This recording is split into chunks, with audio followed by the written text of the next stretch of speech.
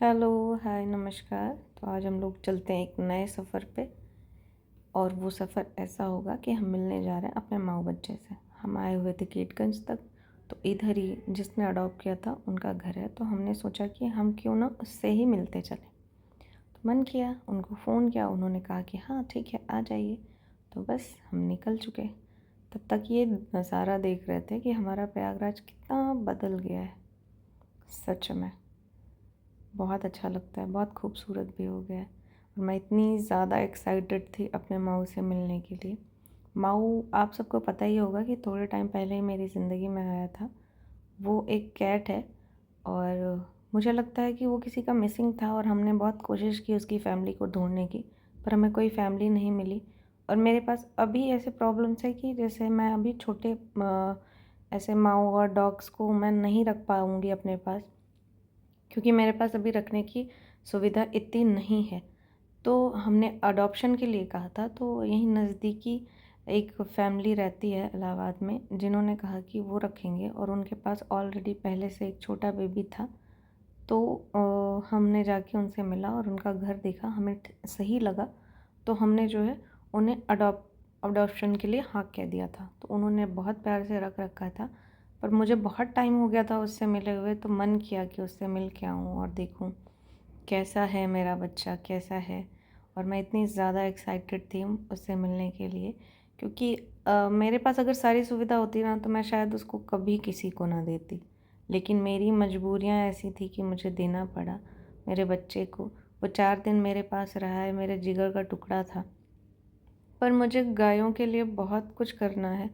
अभी उनकी सुविधा के लिए मैं बहुत सारी चीज़ें करना चाहती हूँ, नहीं कर पा रही हूँ इन सब के लिए, क्योंकि ये तो मुझे सही सलामत स्थिति में मिला था, वरना बहुत सारे तो न बच्चे मुझे ऐसी कंडीशन में मिलते हैं जिनकी हालत बहुत ज़्यादा ख़राब होती है और उन्हें हॉस्पिटल में रहने की ज़रूरत होती है। उस वक़्त हम उनकी मदद नहीं कर पाते हैं। तो मैं पूरा टाइम ये कोशिश करती हूँ कि हम इनके लिए क्यों ना कुछ अच्छी व्यवस्था कर पाएँ। इसी चक्कर में मुझे इस बच्चे को वहाँ छोड़ना पड़ा। पर ठीक है, मैं सबको रखूँगी तो बाकियों का क्या कैसे होगा? मुझे बाकी सबके लिए भी कुछ ना कुछ करना है। तो हम बस पहुँच ही रहे थे वहाँ पे। जैसे-जैसे मैं पहुँच रही थी, मेरी हार्ट बीट बढ़ी जा रही थी। मुझे समझ में नहीं आ रहा था कैसा होगा, क्या होगा?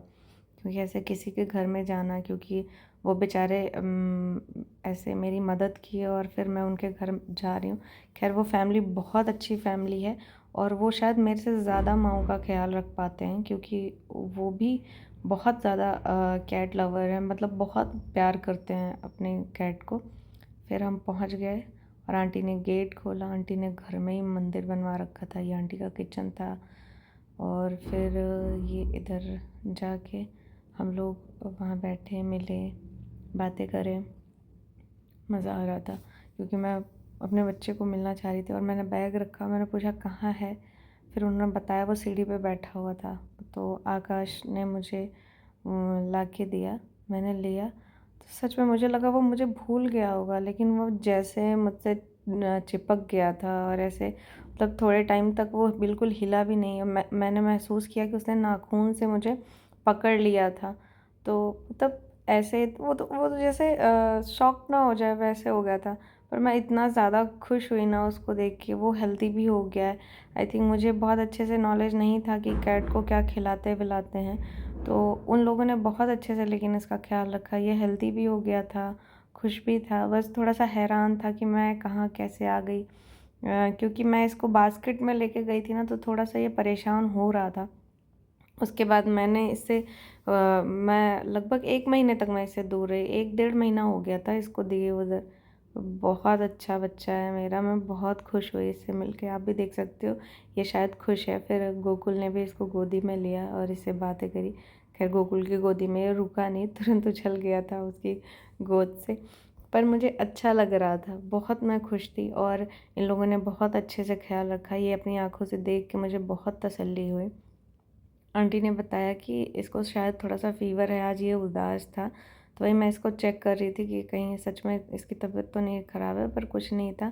वो बस सीरियस होके बैठा ही हुआ था, बाकी कुछ ऐसी प्रॉब्लम नहीं थी।